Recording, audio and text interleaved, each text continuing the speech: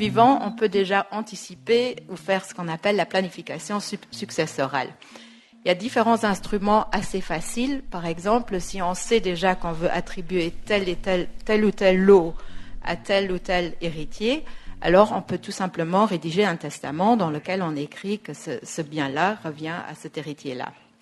On peut également, de son vivant, commencer à faire des donations, souvent avec réserve d'usufruit, c'est-à-dire on donne tout simplement la nue propriété à ses héritiers. Mais attention, parce qu'également en faisant de la planification successorale, il y a certains pièges quand même à éviter. Et ces pièges tiennent en fait aux règles très techniques du droit des successions et du droit des donations.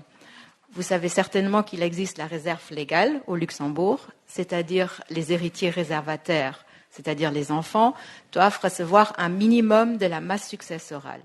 Maintenant, si vous attribuez votre immeuble à tel héritier et un autre enfant reçoit un autre immeuble, il faut toujours respecter ou toujours vérifier que cela se fait dans le respect de la réserve légale. C'est-à-dire, il ne faut pas qu'un de vos enfants soit spolié par rapport à la réserve légale qui doit lui revenir de par la loi.